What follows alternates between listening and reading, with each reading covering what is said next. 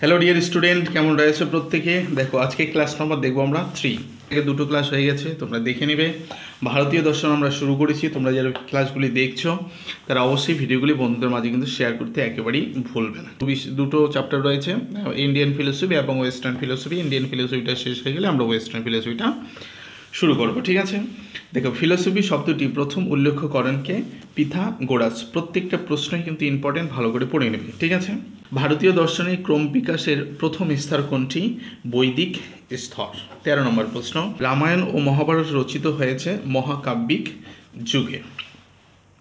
প্রশ্ন নম্বর 14, এর আগে কিন্তু 1 থেকে 10টি প্রশ্ন হয়ে গেছে প্রথম ক্লাসে, দেখে নেবে, ঠিক আছে? যারা বেদ বিশ্বাসী তারা হলেন আস্তিক, এবং যারা বেদ বিশ্বাস করেন না তাদেরকে বলা হচ্ছে নাস্তিক। ভারতীয় হিন্দুদের কি বলা হচ্ছে? ভারতীয় হিন্দুদের বলা হচ্ছে আর্য। প্রশ্ন নম্বর 16, আর্য দর্শনের অপর নাম কি? বৈদিক দর্শন। 17 নম্বর প্রশ্ন, মানুষ জন্মসূত্রেই দার্শনিক, এই উক্তিটি সত্য না মিথ্যে? এই উক্তিটি হচ্ছে সত্য, অর্থাৎ ট্রু। মানুষ জন্মসূত্রেই দার্শনিক, এই কথাটি সত্য।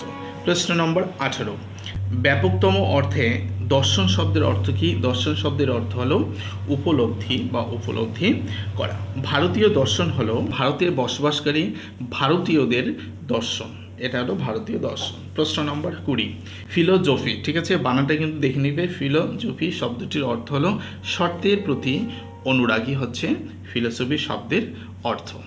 ওকে, আমরা 20টা প্রশ্ন দেখলাম। নেক্সট ক্লাসে আমরা এভাবে 10টা 15টা 20টা করে এরকম এমসিকিউ বা সঠিক উত্তরটি বেছে নিয়ে লেখো, বা এক কথায় উত্তর যাই বলো না কেন, এই প্রশ্নের উত্তরগুলো এভাবে দেখতে থাকবো।